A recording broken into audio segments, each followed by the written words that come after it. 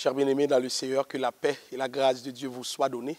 Encore une fois, nous débarquons ici sur ce live pour pouvoir discuter avec vous du caractère essentiel de l'Église. Et aujourd'hui, nous allons surtout nous étendre sur ce qu'on appelle l'impact économique de l'Église. Juste avant d'entrer dans le sujet, je vais vous demander de partager ce live et tandis que vous vous y mettiez, je vais prier pour vous. Seigneur, merci de nous permettre de passer ce temps ensemble. Merci de nous donner le langage, le vocabulaire qu'il faut pour pouvoir aborder un sujet de si haute importance au Père, dans un contexte où l'Église doit encore faire ses preuves, l'Église doit encore trouver les moyens de se justifier sur la place publique parce qu'elle est traitée en parent pauvre au Père. Nous te demandons de nous aider à progresser, de nous aider à aller de l'avant. Et c'est au nom de Jésus que nous te prions. À lui la gloire, l'honneur et la louange au siècle des siècles. Amen. Chers bien-aimés, que la paix et la grâce de Dieu vous soient données. Comme nous vous l'avons dit, nous allons débattre du caractère essentiel de l'Église et dans le cadre de cette essentialité, nous allons surtout nous pencher sur ce que j'appellerais l'impact économique de l'Église. Comme je l'ai dit dans une étude sur le sujet, beaucoup de gens ont tendance à croire que l'Église est là pour recevoir.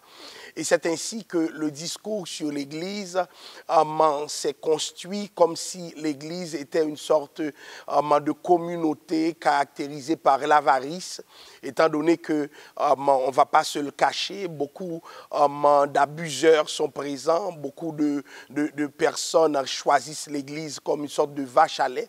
Donc, ces tempéraments, ces comportements, si vous voulez, finissent par par fournir le cadre à travers lequel on interprète l'Église. Mais nous allons voir aujourd'hui que l'Église est plus que cela. Mais juste avant, j'aimerais seulement lire le texte que vous connaissez sûrement. C'est Matthieu 16, 18 qui dit « Et moi, je te dis que tu es Pierre et que sur cette pierre, je bâtirai mon Église et que les portes du séjour des morts ne prévaudront point contre elle. » L'étude d'aujourd'hui aura moins une portée textuelle, c'est-à-dire nous allons moins nous fonder sur des références bibliques, mais nous allons plutôt causer avec le peuple de Dieu. Et je pense que cette causerie est nécessaire pour plusieurs raisons.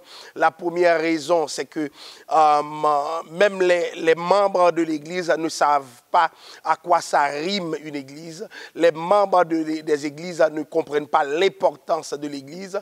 Et cela fait en sorte que non seulement l'Église est traitée en parent pauvre par bien d'acteurs, mais surtout, l'Église perd de la valeur aux yeux de plusieurs personnes. Chers amis, j'ai discuté, ou bien j'ai été dans des débats avec beaucoup de personnes qui se demandent, mais pourquoi y a-t-il une église dans la ville? On pourrait s'en passer. Et au niveau des décideurs publics, cette tendance, cette fâcheuse tendance, elle est très présente. C'est comme si l'Église était une sorte de nullité. Pourquoi? Parce que pour eux, l'Église ne paie pas les taxes. Quand je parle de taxes, surtout dans le contexte québécois ou bien canadien, je parle des taxes scolaires, les taxes municipaux, excusez-moi. Donc, il y a des taxes que l'Église ne paie pas, puisque chaque pied carré suivant l'arrondissement est taxé par la ville, mais la ville ne prélève rien. Lorsqu'il s'agit d'une église, on parle de ce qu'on appellerait, il y a une exonération de taxes lorsque on est une église. Mais c'est la même chose aussi pour les organismes communautaires qui ont un numéro de charité, c'est-à-dire qui ont une reconnaissance des différents paliers gouvernementaux. Maintenant, comme l'église ne paie pas de taxes, ou bien ne paie pas certaines taxes, comme aussi il y a un retour de taxes comme TPS, TVQ, lorsque l'Église achète. Est-ce que nous pouvons affirmer sans embâche que l'Église n'a aucun impact économique? Serons-nous à l'aise pour dire que l'Église n'a aucun impact économique? J'entends même des gens dire que il faudrait que nous sortions, que nous fassions beaucoup de choses pour avoir un impact économique. Et moi, je le dis, on n'a pas besoin de faire grand-chose. On l'a déjà, l'impact économique.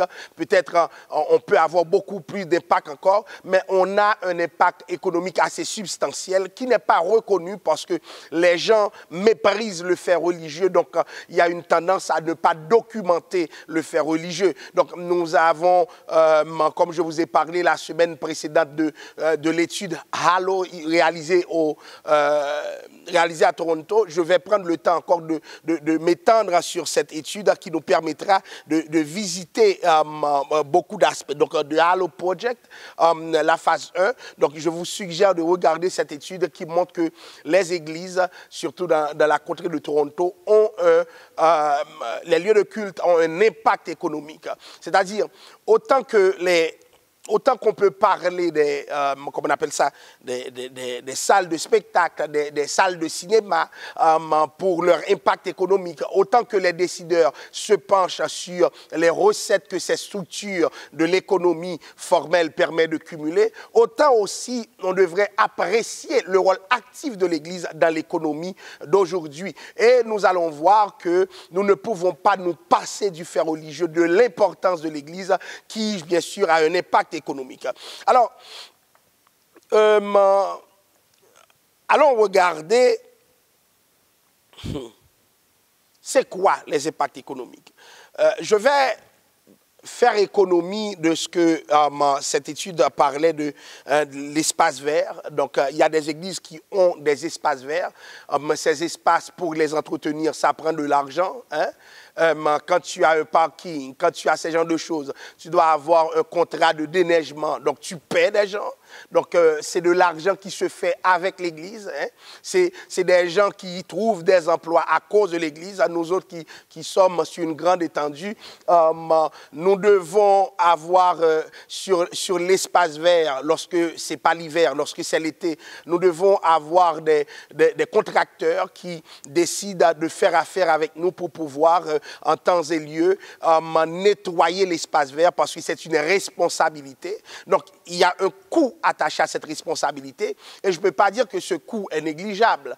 Et en hiver encore, étant donné que des gens doivent rentrer sur les lieux, étant donné qu'il faut déneiger, et ce sont souvent de grands espaces, on paie aussi un contracteur pour le déneigement. Donc, à Montréal, ça coûte de l'argent et nous ne pouvons pas sous-estimer ce genre d'investissement. Mais ce qui arrive aujourd'hui, des gens nous disent qu'on n'a aucun impact économique. Mais maintenant, croisons-nous les bras et voyons ce qui reste se passer. Si nous ne dépensons pas, ces choses vont rester telles quelles. Il y a aussi certaines églises qui ont non pas seulement des espaces verts, mais qui ont des jardins, qui ont des cours de récréation, qui ont des parkings. Et par rapport au parking, si l'église ne dispose pas de parking et puis dans la zone, il y a des parcomètres qui sont présents et les membres sont appelés à payer ces parcomètres. Donc c'est eux encore dans leur moment de culte qui doivent mettre de l'argent de côté. Et puis, pendant ce temps, quand l'Église a des lieux où les gens peuvent parquer, qu'est-ce qui se passe? Des gens sans frais sont en train de parquer dans l'espace de l'Église, sans aucun frais. Donc, comment on appelle cela? C'est un modèle économique. Donc, l'Église a une source de rentabilité pour la ville, ne serait-ce que pour les citoyens. Mais maintenant, venons-en aux aspects beaucoup plus concrets qui caractérisent, je dirais, n'importe quelle église. Et c'est pourquoi, quand je vois que les gens ne donnent pas sous prétexte qu'il y a des églises où les gens abusent, donc moi-même, je me pose certaines questions, puisque ce que d'autres font de mal ne doit pas être le cadre de référence pour évaluer l'ensemble de l'église, parce que ce ne sont pas toutes les églises qui participent dans les abus de certains gourous. Je dis bien de certains gourous, et ces gourous sont connus dans la ville d'ailleurs. Ils sont connus. Ces gourous qui souhaitent s'enrichir au détriment des membres, ils sont nombreux, mais nous ne pouvons pas nous baser sur leurs expériences, sur même leur savoir-faire pour détourner les fonds de l'Église, pour dire que tous les leaders sont ainsi, c'est malhonnête. un politicien a détourné des fonds, nous ne disons pas que tous les politiciens le sont. Mais quand c'est l'Église qui fait une erreur, quand c'est un pasteur qui agit mal, c'est tous les pasteurs qui rentrent dans le même lot. Donc, ce n'est pas normal. Ces référentiels sont inacceptables. Donc, nous allons pour les opérations directes, les dépenses directes de l'Église. Généralement, je peux vous le dire comme pasteur, ce que l'Église a comme recette est dépensé. Ce que l'Église rentre est généralement dépensé. Et ces dépenses font partie des contributions à l'économie sociale. Donc, me dire que c'est parce que ces gens sont exonérés qu'ils ne participent pas à l'économie, c'est malhonnête. C'est malhonnête. Déjà, acheter une bâtisse, ça coûte de l'argent. L'achat de la bâtisse coûte de l'argent. Les gens ne sont pas sortis, comment dirais-je, dans le ciel avec l'argent. L'argent n'est pas tombé du ciel là. C'est des gens qui se sont réunis en communauté pour investir. Donc, qui ont justement des parcs immobiliers. Généralement, beaucoup d'églises veulent avoir un parc immobilier. Mais il y a un coût afférent, il y a un coût attaché à cette démarche. Et ce coût doit être évalué. Donc, aujourd'hui, avoir un permis, ce n'est pas facile. Mais maintenant, beaucoup plus qu'avoir le permis, mais faire comprendre à ceux qui octroient le permis que nous vivons, nous partageons dans le contexte économique dans lequel ils évoluent, c'est difficile. Remarquez bien, les dépenses doivent être perçues comme des contributions économiques. Et c'est pour cela que les églises sont dotées d'un instrument qu'on appelle budget. Regardez bien les budgets des églises. Déjà, le gouvernement lui-même reçoit les rapports financiers de l'église, donc est instruit des dépenses, est imbu des dépenses et est à même, sous la base de ce budget, de comprendre que non, mais l'église participe à l'économie. Il n'y a pas d'église qui ne dépense pas. Hydro-Québec, l'électricité, hein, ça doit se payer. Est-ce que l'argent sort du ciel pour être payé? Non. Hydro-Québec doit être payé. Et c'est pour cela que nous disons, ce n'est pas simple cette façon de croire que l'Église ne contribue à rien. Hydro-Québec doit être payé. Et en hiver surtout, Hydro-Québec, ça se paie cher. Les dépenses que nous encourons pour tenir la bâtisse chauffée, hein, sont des dépenses vraiment importantes. Et dans certaines églises, je peux dire que dans les températures hivernales, dans certaines églises, ces frais s'élèvent à presque 30-40% du budget. Est-ce que c'est un jeu? Ce sont des dépenses. Donc, l'Église a un aspect économique dont on ne peut pas se passer. Malheureusement, beaucoup de gens veulent faire croire que l'Église n'a pas d'impact économique. Moi, je n'arrive pas à croire. Non seulement on parle de cela, les salaires. Est-ce que vous savez que certaines églises, ou bien même plusieurs églises dans la ville, sont créatrices d'emplois? Hein? Plusieurs églises dans la ville sont créatrices d'emplois. C'est-à-dire, il y a des salaires qui sont versés par ces églises. Tantôt aux pasteurs, tantôt à des gens qui... Alors, dans ce cas-là, ce n'est pas des salaires, des honoraires pour ceux qui viennent faire des conférences. Hein? Quand tu déplaces un prédicateur, des fois, tu paies même le ticket. Hein? Tu paies l'hébergement. Tu paies d'autres frais et, comment dirais-je, et tu fais des dons à ces personnes. Pourquoi? Parce que l'évangile est gratuit, mais la manière de le faire parvenir à nous n'est pas toujours gratuite. Ça coûte de l'argent. Il faut, surtout quand on a le goût de l'excellence, déplacer certaines personnes, ça a un coût. Les loger des fois dans un hôtel, c'est des coûts lorsque nous organisons nos activités. D'ailleurs, nous y reviendrons. Donc, me dire que l'Église n'a aucun impact économique, moi-même, je me pose la question, est-ce que c'est la même réalité qu'on vit comme Église? Regardez bien, on parle des salaires. Donc, beaucoup de gens que vous voyez à l'Église qui s'activent dans certaines activités sont des salariés. Et même lorsqu'il y a certains problèmes à l'Église, nous devons recruter des personnes. Un problème d'électricité, ça coûte cher. Un problème de plomberie, ça coûte cher. Un problème, je dirais, qui concerne les aspects techniques, genre la musique, etc., ça coûte cher. certaines églises paient le staff musical. Certaines églises paient le staff des moniteurs. Certaines églises paient beaucoup de postes à l'intérieur de l'église. Certaines églises engagent une secrétaire, une adjointe administrative, etc. Ce sont des salaires que les églises dépensent. Plus la taille de l'église est grande, plus ces dépenses sont formalisées, sont importantes, sont récurrentes et font partie de la vie de l'église. Quand on me dit que l'église n'a aucun impact économique, je me demande, mais quelle église? Donc, quand l'église ferme ses portes, c'est des salaires qui ne peuvent pas être versés. Donc, il y a des gens qui en souffrent, justement, sans compter les bénéfices indirects. Là, je parle des bénéfices directs. Alors, nous voyons aussi les programmes musicaux dont nous avons parlé. Nous en reparlerons probablement si le temps ne nous fait pas défaut. Quand je parle de programmes musicaux, non seulement les instruments avec lesquels l'Église fonctionne sont achetés, et vous le savez, ça coûte cher des instruments. Quand vous voyez que le son sort bien, quand vous voyez qu'il y a une aisance, c'est juste flow, la manière dont ça coule, ce n'est pas par hasard. Il y a une somme d'investissement qui a été faite et c'est plusieurs dizaines de milliers de dollars qui finissent par donner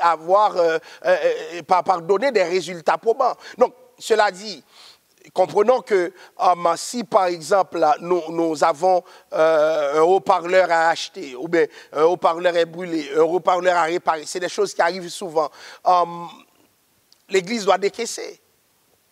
C'est des impacts économiques. Lorsque nous décaissons, on ne va pas vers une autre église pour dire « est-ce que tu vends des haut-parleurs ?» Non, c'est des gens de la ville. Hein? Quand je dis de la ville, c'est des gens de la cité.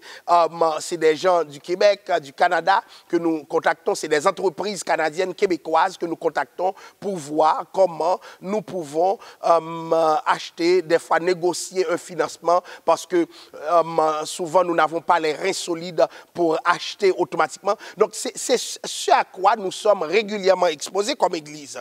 Nous continuons.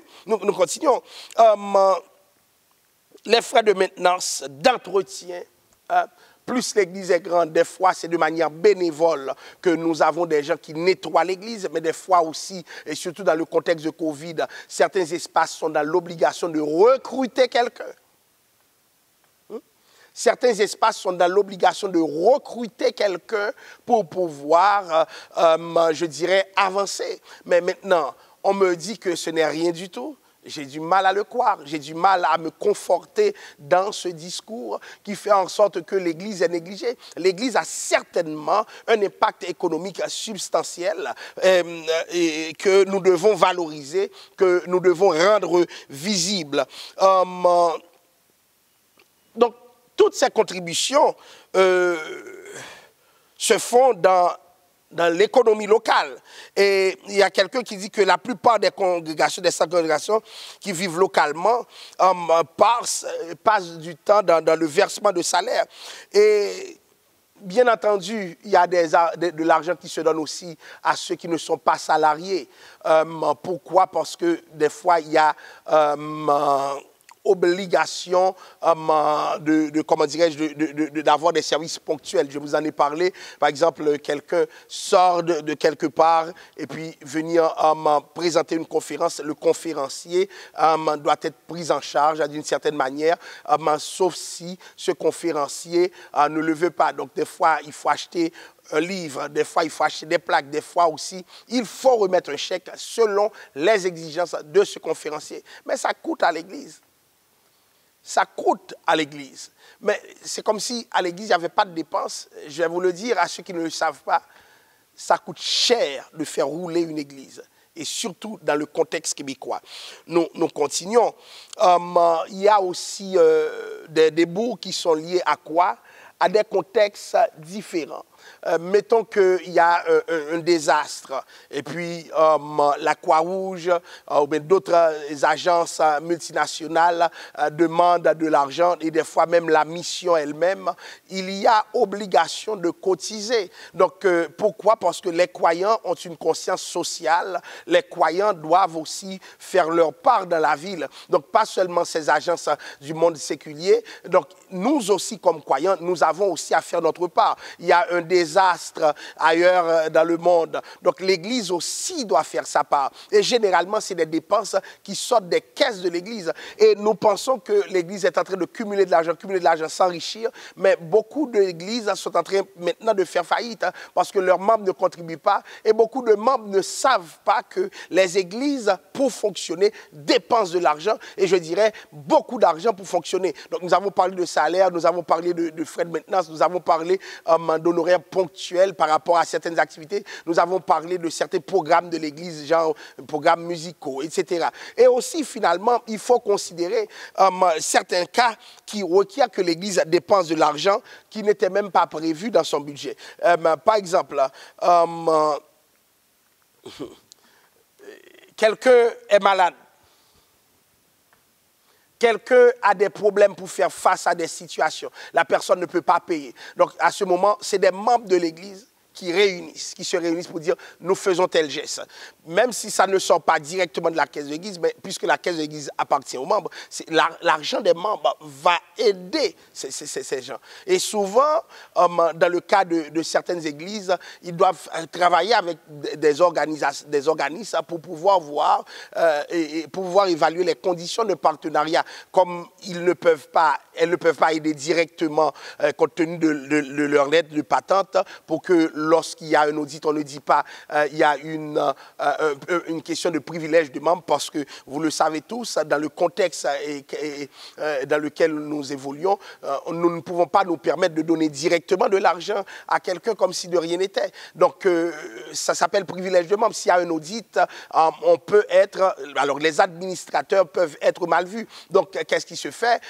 Souvent, il faut qu'il y ait des organismes auxquels référer les gens et l'Église souvent doit collaborer aussi avec ces organismes, fournir de l'argent. Donc, quelqu'un meurt, quelqu'un a un accident, ne peut pas payer. À un moment donné, l'Église doit prendre le relais pour voir quelle action sociale il faut poser pour pouvoir prendre en charge l'humain dans sa difficulté. Il y a des gens qui n'ont pas d'aide, il y a des gens qui sont livrés à eux-mêmes. Donc, il est important que l'Église dépense.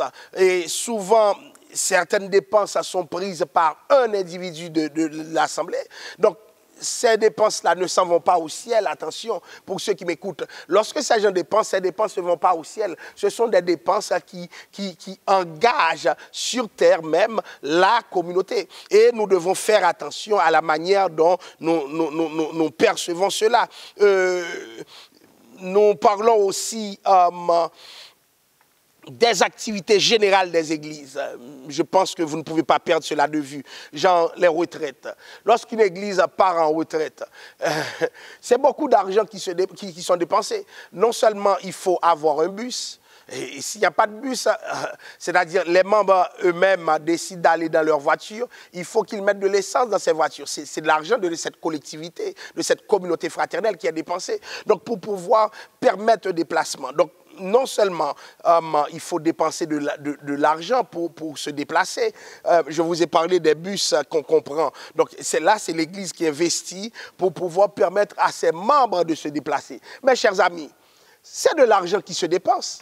Est-ce que cet argent est sorti du ciel tout droit? Non. Les gens ont travaillé pour pouvoir contribuer, et même si c'est pour leur propre épanouissement, mais cela, on s'entend, génère des coûts qu'il faut évaluer. Donc, nous avons parlé des retraites, et souvent les retraites se font dans les hôtels de la ville. Est-ce que les hôtels nous accueillent gratuitement parce qu'ils disent que nous sommes des chrétiens? Absolument pas. Lorsque nous allons dans ces hôtels, nous payons le plein prix. malheureusement, les gens refusent de voir que c'est des impacts économiques. Nous pouvons parler des journées, les moissons que nous organisons.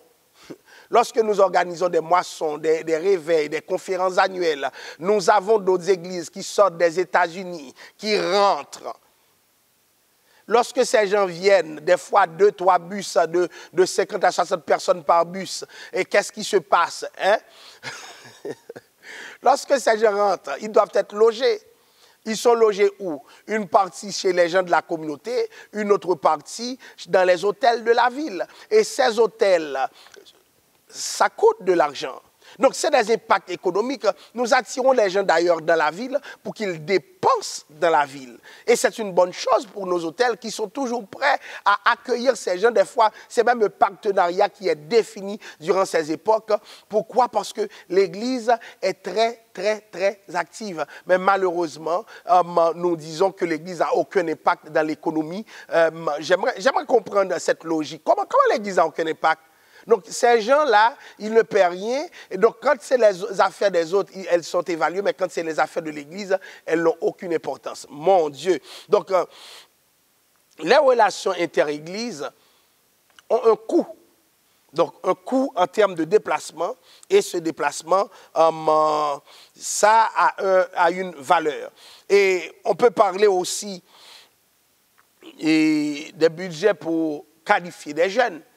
Beaucoup de jeunes seraient des délinquants si l'Église n'avait pas défini une forme d'intégration pour eux, à travers la musique notamment. Donc, qu'est-ce qui se fait? La musique les qualifie. Donc, beaucoup de jeunes, s'ils n'étaient pas à l'Église, ne sauraient jamais manier un instrument. Et quand tu t'en vas dans un collège d'ici pour au moins parfaire tes connaissances, ou bien, je ne parle même pas de parfaire, pour étudier la musique, ça coûte beaucoup d'argent. Mais mes amis, on ne va pas se le cacher. On ne va pas se le cacher. Si ça coûte autant, pourquoi croire que l'Église ne fait rien? L'Église n'a pas d'impact économique. Et ces jeunes qui sont qualifiés par l'Église, hein? Et ces jeunes qui sont qualifiés, ça coûte cher, oui, chers amis, une formation en musique. Ça coûte cher.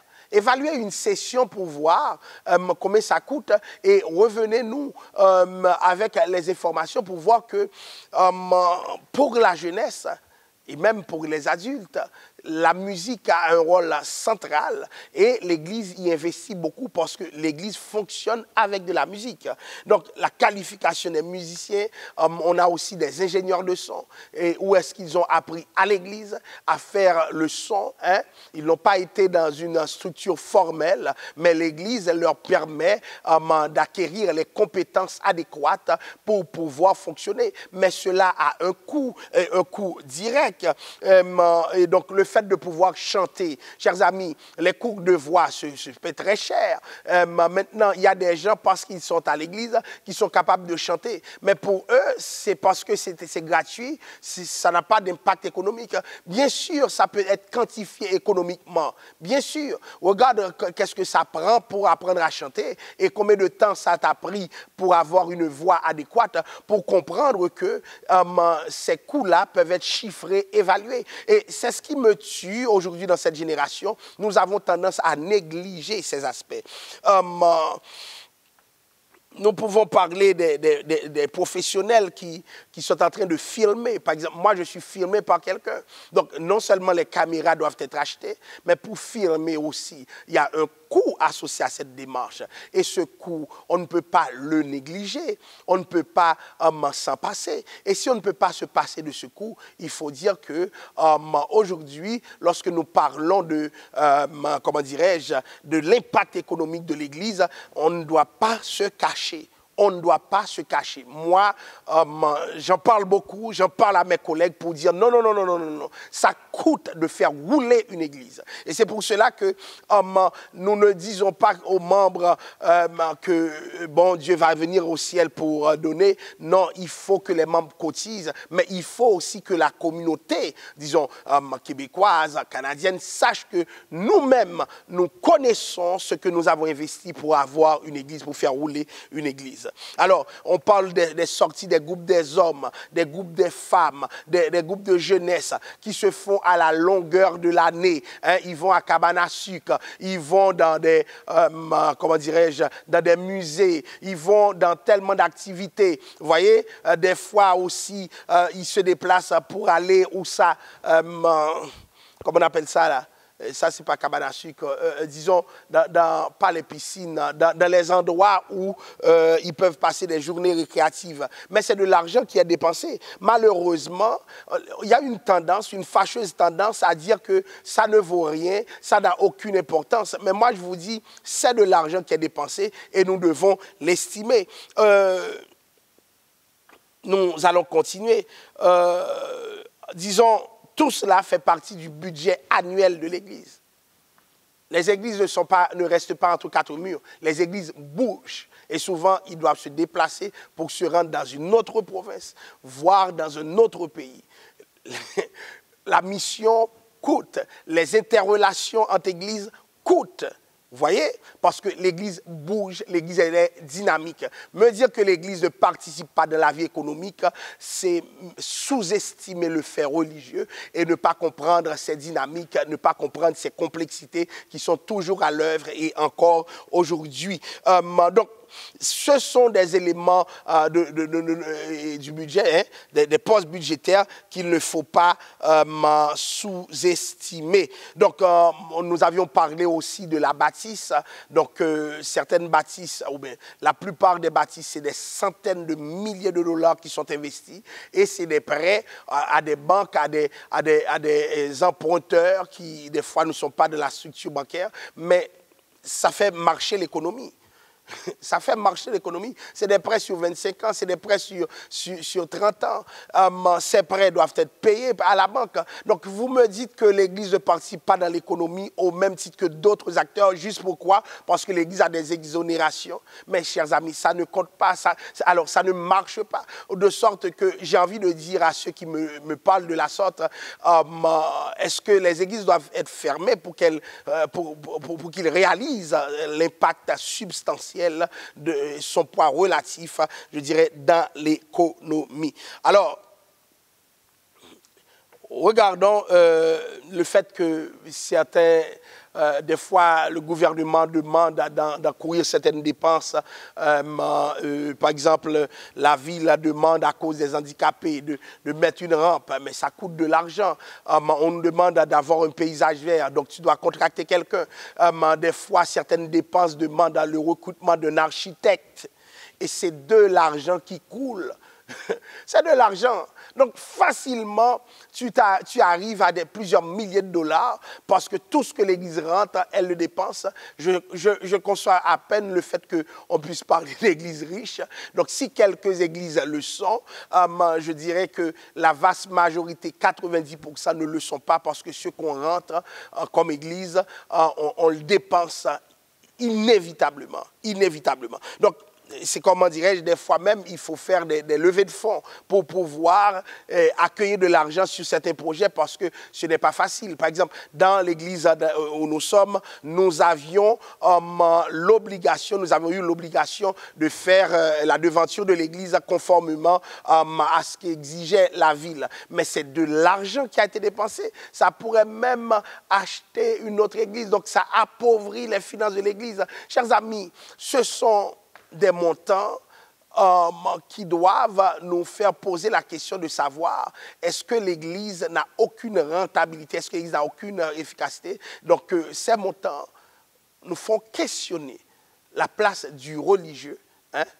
dans l'économie locale, la place du religieux dans l'économie locale. Donc, lorsque nous prenons un contracteur, des fois, ce n'est même pas quelqu'un de la communauté. Parce que ces expertises, des fois, nous ne les avons pas comme communauté. Donc, il faut chercher ailleurs. Et cette personne roule dans l'économie locale et ça a un coût. Donc, ceux qui m'écoutent là, ne vous laissez pas dire ou bien convaincre que l'Église n'a pas un impact économique. Et nous vivons en temps de pandémie. Ce qui me fait mal, honnêtement, des gens qui ne cotisent pas, mais qui ne comprennent pas que l'Église a un parc immobilier à entretenir. les églises ont commencé dans des sous-sols. Aujourd'hui, ces églises valent beaucoup d'argent. Maintenant, si les églises ont commencé dans les sous-sols, et aujourd'hui elles valent beaucoup d'argent, c'est parce qu'il y avait une direction donnée à l'église. Nous ne pouvons pas nous permettre de perdre nos églises, non. Parce que quand ces baptistes ne seront plus là, la communauté est en train de faire un recul. Et ce serait dommage de vivre ce recul. Ce serait dommage de ne rien faire.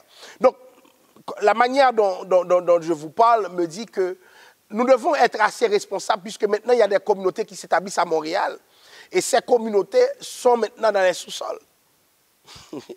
Aujourd'hui, nous avons dépassé le cadre du sous-sol. Pourquoi? Parce que ces églises représentent l'investissement de plusieurs communautés. On continue. En tout cas, je vais prendre d'autres domaines qui montrent que l'Église fait vivre l'économie. Les églises organisent des conférences. Souvent, ces conférences ne sont même pas organisées dans la bâtisse. Les églises organisent, je dirais, des mariages, des funérailles. Hein? Les funérailles. Allez louer un local pour faire des funérailles. Et regardez l'église qui l'offre, je dirais, quasi gratuitement. Comparez le coût du local pour le nombre d'heures et vois le poids relatif de l'église dans l'économie que tu peux réaliser. C'est des affaires qui paraissent gratuites. Mais gratuites pourquoi? Parce qu'il y a une somme d'investissement qui a été faite par la communauté. Maintenant, la communauté vit comme une forme de retour d'ascenseur. Mais ça a un coût. Ça a un coût. Donc, les églises abritent des conférences ou bien tiennent des conférences ailleurs. Ça a un coût. Les églises ont des mariages. Les mariages ont un coût. La preuve, loue un local pour 2-3 heures de temps, dis que tu vas faire un mariage. Maintenant, tu le fais à l'église même. Il y a un coût associé à cela. Mais l'espace de l'église, ça ne coûte rien. C'est juste une pitance qui permet de payer l'électricité qui a été mobilisée compte tenu du nombre d'heures. Donc, c'est à coût nul pour l'église. Mais ce n'est pas à coût nul pour les autres, pour les personnes qui le font. Donc, allez prendre une salle de réception et accueillir un mariage. Donc, quand les gens sont membres, les gens les gens ne font même pas de contribution. Quand les gens ne sont pas membres, la contribution dont ils sont capables, auxquelles ils consentissent, ils consentent. Donc, c'est des contributions qui ne sont pas plus élevées que ça. Après cette contribution, tu dois avoir quelqu'un, recruter quelqu'un pour nettoyer l'espace. Donc, une partie du montant s'en va. Tu dois recruter quelqu'un pour le système de son. Parce que la personne s'en vient, il faut qu'il y ait du son. Tu dois recruter quelqu'un pour ouvrir les portes, pour fermer les portes, pour s'assurer que tout s'est bien passé. Donc, chers amis, qu'est-ce qui se passe lorsque nous parlons de l'Église? Je vais vous dire que l'argent qui est mobilisé dessert les intérêts de la communauté. Donc, beaucoup de gens ne peuvent pas se payer le luxe d'avoir pour leur mariage des sommes faramineuses à leur disposition. Alors, l'Église devient une sorte de rempart, de soutien social même, de soutien socio-économique pour ne pas payer au-delà de certains prix. En plus, l'Église doit avoir une certaine esthétique lorsque les gens viennent. Donc, il faut toujours prendre soin pour que ça marche. Mes chers amis, ça a un coût. Regardons, et nous avons parlé des conférences, des mariages, des festivals religieux. Les églises organisent des concerts. Hein? Des concerts. Mais pour organiser des concerts, les équipements de l'église, généralement, ne suffisent pas. Il faut louer des équipements, et louer des micros, louer ci, louer ça, etc. Donc, c'est tout un budget qui est mobilisé. Mais il y a un coût associé à cette démarche. Est-ce que ce coût est négligeable? Je ne pense pas. Mais beaucoup de personnes veulent nous faire croire que l'église ne participe pas à la vie économique, mais l'église a un impact économique. Quelle église ne fait aucun programme? Comment cette église va survivre? Hein? Comment cette église va survivre si l'église ne fait aucun programme? Regardons encore. Lorsque l'église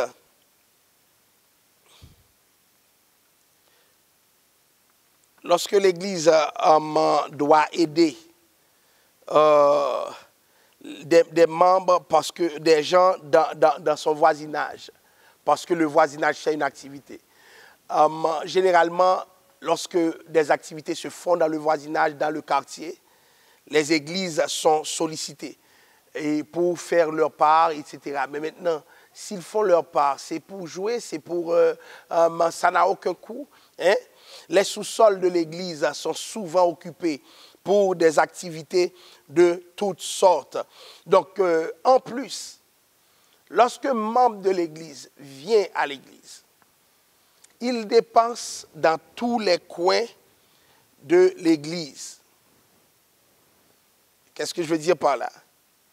S'il y a un dépanneur, le membre de l'église s'en va dans le dépanneur, il achète aussi. Donc, c'est dans l'intérêt du dépanneur. S'il y a un restaurant, les membres de l'église ont tendance à aller dans le restaurant aussi. Donc, le restaurant vit, comment dirais-je, avec intérêt ce que l'église fait. Alors, l'église ne fait rien. Donc, demandez à ces dépanneurs, demandez à ces restaurateurs si l'église n'est d'aucune utilité. Lorsque l'église même crée de l'achalandage au moment des cultes, au moment des services religieux, c'est un plaisir pour ces espaces d'accueillir les membres parce que ces gens ont tendance à acheter. Et avec le temps, la valeur du business dépend de l'affluence des membres de l'église. Et souvent, certains business ont pour plus grand client des gens de la communauté. Parce qu'à chaque service, il y a une accoutumance qui s'est développée. Donc, ils viendront nécessairement agir. Et ils viendront nécessairement acheter. Maintenant, ces visites ne sont pas évaluées. On pourrait, comme une étude qui a été faite à Toronto, demander aux membres combien vous dépensez lorsque vous allez acheter. Même les enfants s'en vont acheter. Hein? 7, 8 ans, 9, 10 ans, ils s'en vont acheter à côté. Mais c'est de l'argent qui est dépensé. L'Église a un impact économique, donc nous devons nous pencher sur cet impact et croire que ce n'est pas négligeable. Donc, des gens disent que l'Église est là pour demander, etc. Mais ceux qui critiquent l'Église, les ardents défenseurs de l'Église, ferment leurs yeux sur les dépenses qui proviennent des membres de l'Église. Maintenant, quand le membre cotise, et quand le membre achète, le dépanneur lui-même est content, mais l'État aussi est content, puisque en fin de compte, le dépanneur est taxé sur son chiffre d'affaires. Mais mon Dieu, on n'a pas besoin d'être économiste pour comprendre ce qui se passe.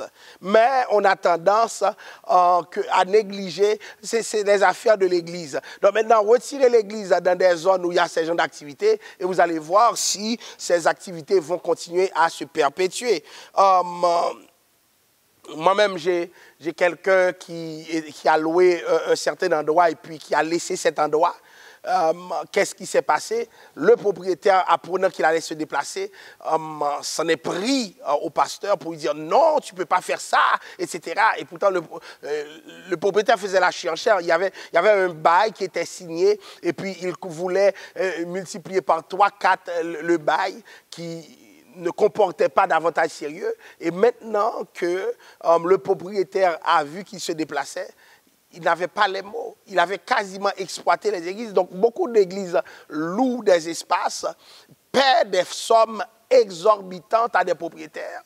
Et je vais vous dire quelque chose, indirectement, ça fait l'affaire de l'État, mais même pas indirectement, très directement.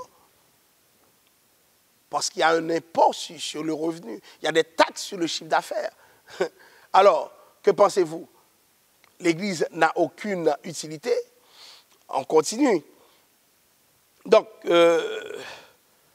on ne prend pas en compte ce que les gens donnent, mais ça a de la valeur. Disons aussi, comment on appelle ça, c'est pas les stagiaires, ça a un nom, les gens les bénévoles, justement, les bénévoles. Les bénévoles sont souvent mobilisés par nos églises pour faire beaucoup de choses. Mais c'est des impacts non négligeables. L'Église a un bassin de bénévoles terrible. Et je vous assure que les gouvernements demandent des bénévoles pour plein de choses. S'ils s'associaient aux leaders religieux, qu'est-ce qui se passait? L'Église allait fournir plein de bénévoles. N'oubliez pas, nous avons toute une diversité des bénévoles qualifiés. Dans nos églises, il y a des médecins. Dans nos églises, il y a des infirmières. Dans nos églises, il y a des travailleurs sociaux. Dans nos églises, il y a des ingénieurs. Dans nos églises, il y a des techniciens. Dans nos églises, il y a des préposés. Dans nos églises, il y a toute une variété de professionnels.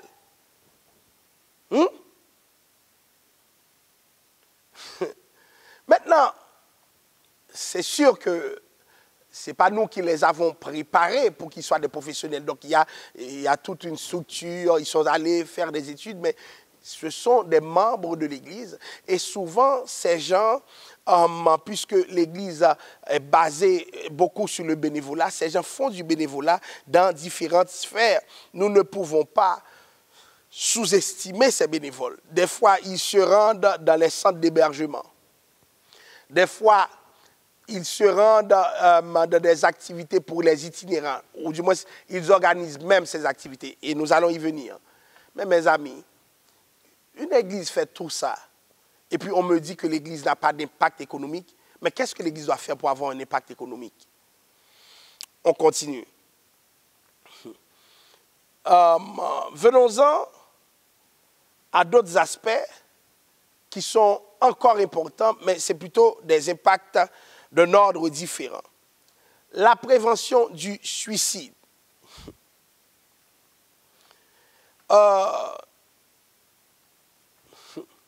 Plusieurs raisons peuvent faire en sorte que quelqu'un se suicide.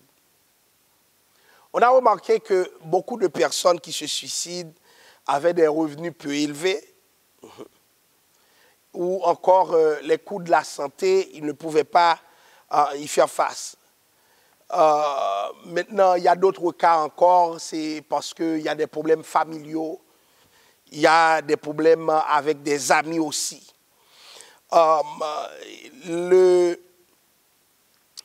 L'association de la santé mentale canadienne a rapporté que le coût des morts par suicide,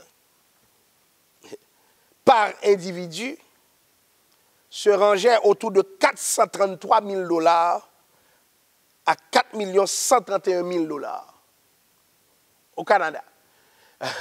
Écoutez, lorsque quelqu'un meurt, par exemple, disons la personne meurt chez elle et puis cette personne s'est suicidée, vous voyez que c'était un pauvre. Mais maintenant, l'ambulance se déplace, il y a un coût. L'autopsie, il y a un coût. Si cette personne a une assurance, l'assurance défraie aussi. Maintenant, ça va dépendre de combien d'années que cette personne avait avec cette assurance. Il y a un coût. Il y a un coût aussi pour régler les papiers, les successions, les héritages, les notaires, etc. Donc, plus la personne a de l'argent, plus ses coûts sont importants. Maintenant, il faut voir aussi ce que cette personne représentait. Il y a des gens qui valaient 1 million, 2 millions, il y a des gens qui valaient 50 000, 100 000, il y a des gens qui dépensaient. Mais ce que ces personnes représentaient économiquement disparaît. Pourquoi? Parce qu'il y a eu un suicide, un cas de suicide. Mais l'Église a un impact direct sur la prévention du suicide. Lorsque tu lui dis, Jean 14, verset 1er, que votre cœur ne se trouble point, croyez en Dieu, croyez en moi.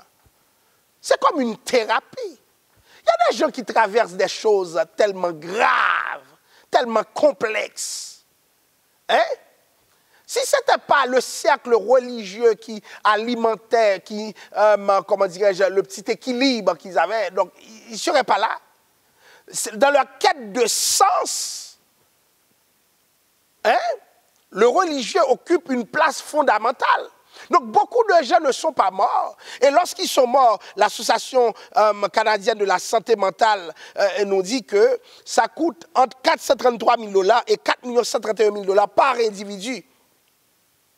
Ça va dépendre de l'âge, du revenu, puis de l'impact économique des survivants.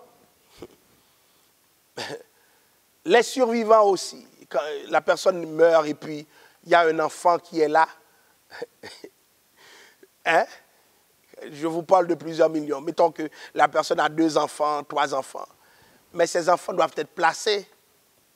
Ça a un coût. Mais c'est la personne qui assume le coût. Donc quand tu vois la personne mourir, ce n'est pas juste un acte neutre. Cette personne a une famille. Cette personne a un environnement. Donc l'Église a un impact économique parce que beaucoup de ces choses sont évitées. Moi-même, comme pasteur, je me suis déjà retrouvé dans des cas où il y a des gens qui voulaient se suicider, mais un message d'espoir les a ranimés. Hein? Quand on tourne vers lui le regard, dit la Bible, le visage ne se couvre point de honte. Quand on leur dit le texte de Lamentation 3, car les bontés de l'Éternel ne sont pas épuisées, ses compassions ne sont pas à leur terme, elles se renouvellent chaque matin. Mais c'est des impacts sérieux. Donc l'Église a un impact économique.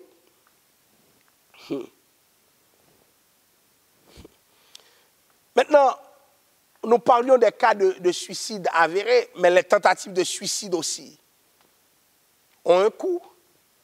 Et la même association, hein, l'Association canadienne de santé mentale, nous dit que les coûts se rangent, sont placés ce chiffre à 33 000, de 33 000 à 308 000 $ par individu. C'est-à-dire, la personne veut porter atteinte à sa vie. Mettons que la personne ait bu quelque chose qu'il ne fallait pas. Maintenant, il faut des intoxications, etc., etc. Mais ça a un coût. Ça a un coût. Imaginez-vous, l'église que vous voyez, vous dites que ça ne vaut rien économiquement, et pourtant l'église aide l'État à supporter certains coûts, aide la société. Si ça varie entre 33 000 et 308 000 $ par individu, le fait qu'il y ait une tentative de suicide, hein? Nous savons que les temps passés dans les hôpitaux, plusieurs médecins interviennent. Il faut faire vivre cette personne malgré elle. Vous voyez, il y a un coût. Beaucoup de gens disent, oui, mais j'ai une carte d'assurance de santé, mais tu ne paies pas tout le coût, toi. Mais c'est parce que la collectivité paie, l'État paie. Vous voyez? Donc, il y a un coût. Donc, ce coût va varier en fonction de ce que l'hôpital demande, des coûts de réhabilitation aussi, des aspects familiaux en termes de revenus. C'est quoi le revenu familial? Il y a des aspects que les assurances ne peuvent pas couvrir, mais que la famille peut couvrir, etc. Donc ce coût peut varier. Mais maintenant, même si nous ne pouvons pas évaluer combien de personnes de l'Église qui pourraient avoir des tendances suicidaires, mais on sait d'expérience qu'il y en a à l'Église. On le sait. On ne se le cache pas. Alors, c'est pourquoi le minimum, l'étude de Allo, du projet Allo, estime que c'est de l'ordre de 33 000 $. Et chers amis,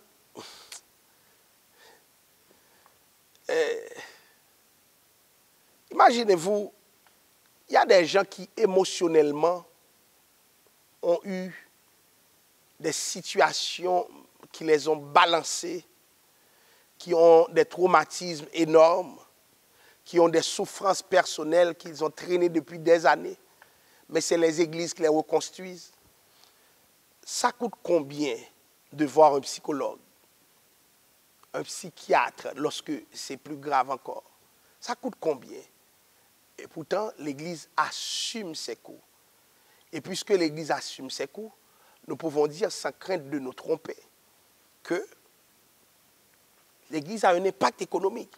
Et nous allons continuer avec beaucoup d'autres aspects encore. Nous allons voir les relations abusives, les violences conjugales, toutes ces affaires sur lesquelles l'Église a un impact direct. Ce sont des coûts. Maintenant, me dire que l'Église n'a aucun impact économique et voir que des membres de l'Église, des membres des églises, je veux dire, des croyants, n'arrivent pas à voir que l'Église a un impact économique, ça me fait mal. Ça me fait mal. Hein? Nous devons prier le Seigneur bien-aimé.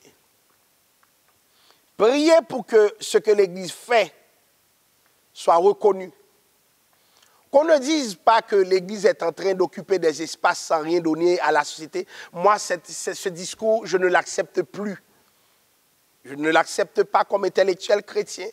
Je ne l'accepte pas comme quelqu'un qui contribue aussi dans la ville. Non, c'est du non-sens. C'est du non-sens.